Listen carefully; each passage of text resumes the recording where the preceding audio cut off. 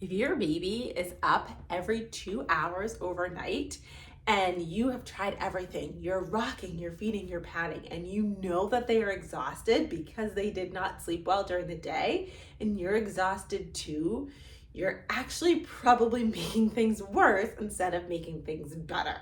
So if we haven't met before, hi, I'm Jensine. I am a pediatric sleep consultant. I have 3 kids myself and a master's degree in early childhood development. So I know sleep. And I'm gonna help you get more sleep by bringing you actual real life strategies that are not just things off Google that have been tried and true and work with the 3 children that I have myself, in addition to hundreds of other clients that I have worked with. So today we're going to talk about overtired babies, because we all know those times when it's like, you haven't slept all day, you didn't sleep last night, I know you were exhausted, why will you not just fall asleep? So the first thing that you need to do is see actually how much sleep are they getting in about a 24-hour period. So I always recommend families do a little log, and it can be just a rough draft. Some families really thrive on, like, they love the spreadsheets, they love taking all of the data. That's not so much me. I like just like quick and dirty. You went to sleep at this time, you woke up at this time, so we can really get an accurate picture of how much sleep they are getting in total in a 24-hour period. For most parents that are watching this, children between the ages of 3 months up to about school age, 5, 6 years old, we want them to be doing about 3 hours of daytime sleep and sleeping 12 hours overnight. Somewhere between 3 and 5, they're going to drop those naps. Somewhere around 2, they're probably going to go to 2 hours of sleep a day. But still, we want that full 12 hours a night until about school age, dropping that nap somewhere between 3 and 5, maybe having to take it away in small increments if it's impacting overnight sleep.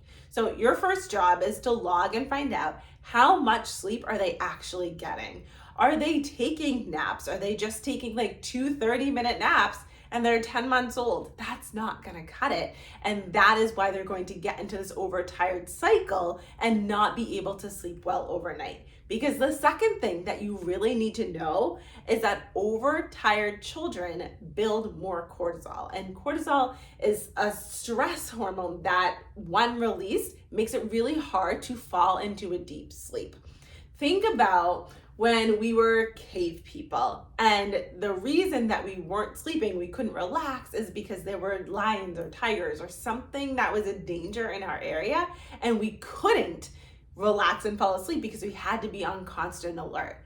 Our body is still very primitively set, and that still exists. So just because your child isn't, like, they still think there's something wrong and they have to stay awake and alert. Their body is keeping them up for some reason, and they can't tell the difference between my body is keeping me up because there's fun things around for me to look at, and my body is keeping me up because there's a tiger right outside my cave door.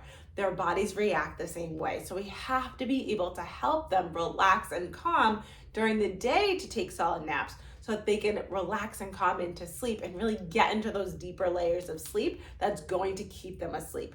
Where if they are really stressed and not getting enough sleep, they're going to stay at this very minimal layer of sleep, never going down into the deeper stages. So they're just going to keep waking back up and alternating between light sleep and like mid sleep. And that's not where the magic happens. We need them to get down to that deeper level of sleep, where they build immunity, where they store memories, where they can be happy and healthy in their best selves each and every day. Which, guess what, is also going to mean that you get to be your happy and healthiest and best self, because if they're not sleeping well, you're not sleeping well.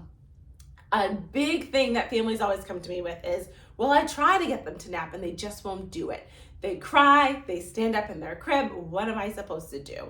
And if you need help getting your baby to sleep in a way that's not crying out, because to be honest, we're in a really responsive parenting phase, and crying it out just doesn't work for parents nowadays. I want you to go to the pinned video in my channel. It's going to talk to you about how to help your child learn to fall asleep independently without doing cry it out. As I said at the beginning of the video, I'm a mom of 3. I did not do cry it out with any of my 3 children because I just couldn't stomach it. It didn't feel right for us. So if that is your feeling too, and you know you need to get some sleep and have your child nap consistently well during the day, but you don't want to have them cry it out, then that is the video to go to. So again, it's the pinned one on my channel. All you have to do is go back to the beginning, click that video, watch it all the way through, and then there's going to be a little surprise at the end for you. So the most important thing that you need to know is that you should have them on a set schedule over wake windows. If your child is over the age of 3.5, 4 months old, they should now be on a set schedule and not be doing awake windows. That is also going to help them prevent them from being overtired, because their body is going to know each and every day when a nap is coming, when that sleep situation is coming. Where if they are on awake windows and sometimes they wake up at 6, another time they wake up at 7, that nap is going to change. That's going to have an impact on the rest of the afternoon. That's going to have an impact on your night. Where if you have a very set schedule, they are waking up within the same 20-30 minutes every day. They are going to sleep within the same 20-30 minutes every day. You are not going to have an overtired child. They are going to have their body clock set to consistently be tired around the same times each day, making it a lot easier for them to fall asleep. So oftentimes a schedule tweak will be able to help make sure your child isn't getting overtired, but we always want to offer enough sleep situations. Sometimes parents will think, if my baby doesn't sleep well during the day, if I keep them up and don't have them nap, then that means they'll be extra tired and fall asleep easier at bedtime and stay asleep. But if you're listening to that last tip, that's not what happens. If you have them stay awake, the cortisol levels are going to rise. They're not going to be able to fall asleep. I used to work with a family who did just that. They had twins and dad was exhausted and saying, can you keep them up and not have them nap so that they will sleep easier? And every single night, mom would be up with them, dad would be up with them, because they didn't sleep well, because they were just so exhausted from the day and not having a chance to rest.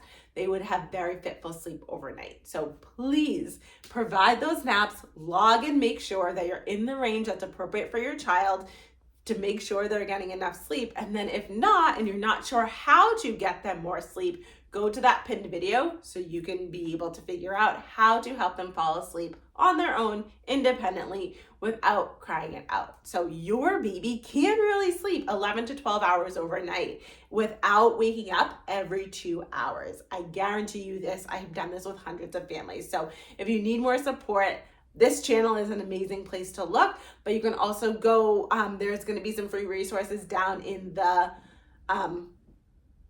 whatever the comments of this video. So go down there if you're looking for some more support, because this is not something that you can sustain. Waking up every 2 hours is not healthy for anybody. Yes, it may be biologically normal, but we should be able to get ourselves back to sleep at the end of that wake up without needing any support. And if your child does need additional support, that's when we need to make the change. So good luck. Get your child way more sleep. Make sure they're not coming to that overtired place where they then cannot sleep. And if you need more support, there's so many more videos on this channel that's going to be able to get it for you. Or you can always book a sleep solutions call to work with me one-to-one. And I'll see you in the next video.